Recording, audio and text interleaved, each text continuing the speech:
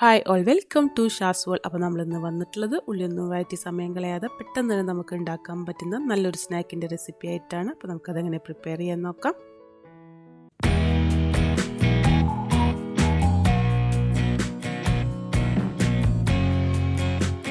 അപ്പോൾ ആദ്യം തന്നെ ഒരു മസാല റെഡിയാക്കി എടുക്കണം. അതിനായിട്ട് 2 ടേബിൾ സ്പൂൺ മല്ലി, 1 ടേബിൾ സ്പൂൺ നല്ല ജീരകം, ഒരു ചെറിയ കഷ്ണം പട്ട, ഒരു 3 ഏലക്ക, ഒരു 3-4 കരയാമ്പു, 1 ടേബിൾ സ്പൂൺ കുരുമുളക്, ഇതെല്ലാം കൂടെ ഒന്ന് പൊടിച്ചെടുക്കുകയാണ്.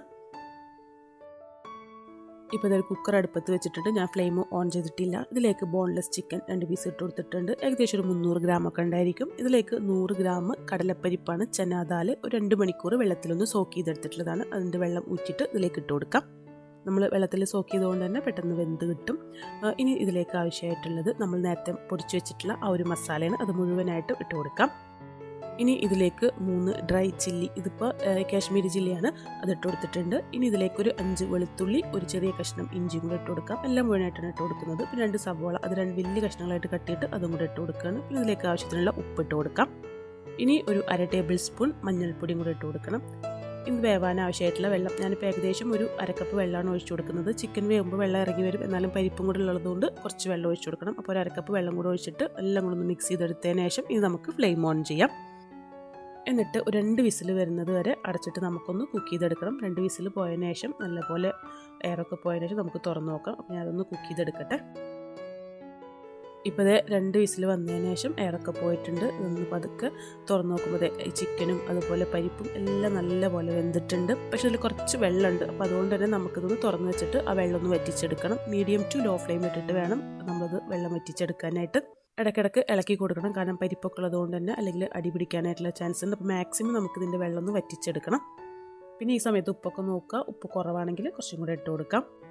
ഇപ്പോൾ ലോ ഫ്ലെയിമിൽ ഇട്ടിട്ട് ഞാനിതിൻ്റെ വെള്ളമൊക്കെ നല്ലപോലെ ഒന്ന് വറ്റിച്ചെടുത്തിട്ടുണ്ട്. നല്ലപോലെ ഒന്ന് ഇളക്കി കൊടുത്തിട്ടുണ്ട്. ഇനി നമുക്ക് ഇതൊന്ന് ഉടച്ചെടുക്കണം.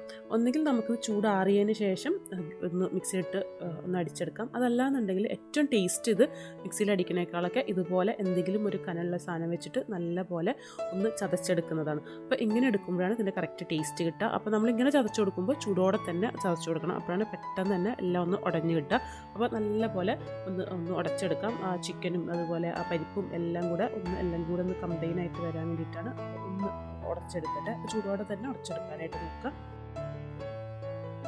ഇപ്പോൾ നല്ലപോലെ ചതച്ചെടുത്തിട്ടുണ്ട്. നല്ലപോലെ ചൂടാറിയതിന് ശേഷം നമുക്കിതിലേക്ക് കുറച്ച് മല്ലിയില എരിഞ്ഞതും ഒരു കോഴിമുട്ടയും കൂടെ ഉടച്ചു വെച്ചിട്ട് നല്ലപോലെ ഒന്ന് മിക്സ് ചെയ്തെടുക്കാം. നല്ലപോലെ ചൂടാറിക്കഴിഞ്ഞാൽ നമുക്ക് നല്ലപോലെ ഷേപ്പ് ചെയ്തെടുക്കാനായിട്ട് പറ്റും.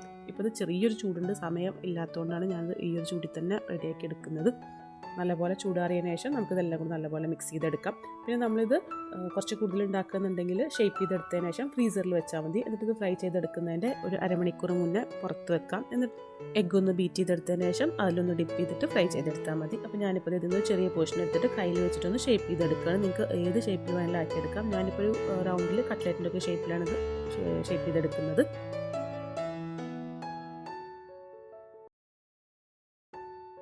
ഇനിയിപ്പോൾ ഞാൻ 2 എഗ്ഗ് ഒന്ന് ബീറ്റ് ചെയ്തെടുത്തിട്ടുണ്ട്. അതിൽ കുറച്ച് ഉപ്പും കൂടെ ഇട്ട് കൊടുത്തിട്ടുണ്ട്. എന്നിട്ട് ഈ ഒരെണ്ണം ഇതിലേക്ക് മിക്സ് ചെയ്തെടുത്തതിന് ശേഷം നല്ലപോലെ ഒന്ന് മുക്കിയെടുത്തതിന് ശേഷം നല്ല ചൂടായിക്കൊണ്ടിരിക്കുന്ന ഈ ഒരു ഓയിലിലേക്ക് ഇട്ട് കൊടുക്കണം. നല്ലപോലെ ചൂടായിരിക്കുന്ന സമയത്ത് വേണം ഇട്ട് കൊടുക്കാൻ. എന്നിട്ട് മീഡിയം ഫ്ലെയിമിലാക്കി കൊടുക്കണം. ഇല്ലെങ്കിൽ എഗ്ഗ് ആയതുകൊണ്ട് തന്നെ പെട്ടെന്ന് കരിഞ്ഞു പോകും. പുറമൊക്കെ ഓൾറെഡി കുക്കായിട്ടുള്ളതാണ്. അപ്പോൾ മീഡിയം ഫ്ലെയിമിലിട്ടിട്ട് നമുക്കിതൊന്ന് ഫ്രൈ ചെയ്തെടുക്കണം.